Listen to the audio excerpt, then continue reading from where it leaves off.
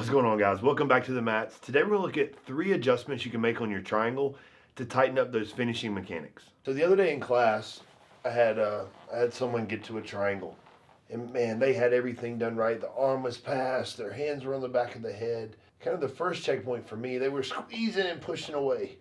And while sometimes you can create enough squeeze for your partners to tap when you're drilling, a lot of times in live, they will not tap.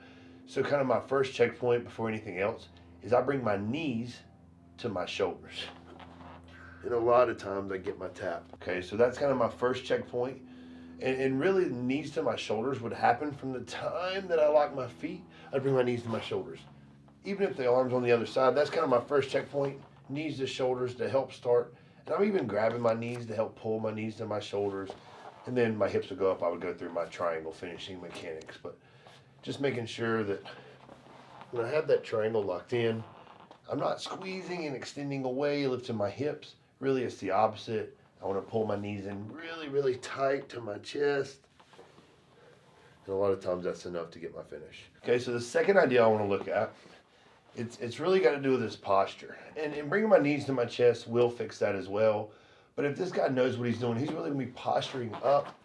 You know, and maybe I can't bring my knees to my chest. So one hand, two hand, and then my knees to my chest. And even when I'm drilling this, I'm making sure to start from closed guard.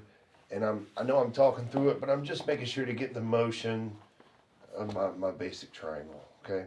So knees to shoulders always, but I can really help control his posture by pulling his head down, and a lot of times get my tap. So kind of the last little checkpoint that I like to do is all of this can happen, and sometimes this foot will start to curl in, and you can see knees are closed. As my foot curls in, it gets a little wider, and then what happens is it starts to slide out. So one of my last checkpoint, all the other ones, I'll do them all together in a second, but so I'm good. I've got my knees closed, and it's not to my shoulders yet. I'm not pulling on the head. I'm just going to worry about trying to make the top of my knee touch his head, like the top of my quad touch his head by turning my heel and my foot offline. Oof. It really allows my hips to give a lot of kind of pulling power, kind of torque, as opposed to squeezing. So all I'm doing is taking this foot, which a lot of times we kind of relax, and I'm turning it out so that the top of my quad kind of forces this shoulder to his ear. All 3 of those checkpoints done by themselves alone could probably work you towards your tap. But kind of the best bang for your buck is to put all 3 of those together. So same deal, he postures up good, right? Boom.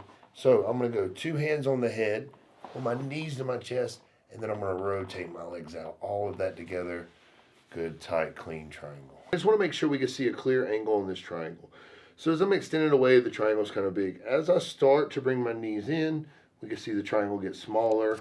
And I would use the 2 hands on the back of the head to help bring those knees in and bring that head down.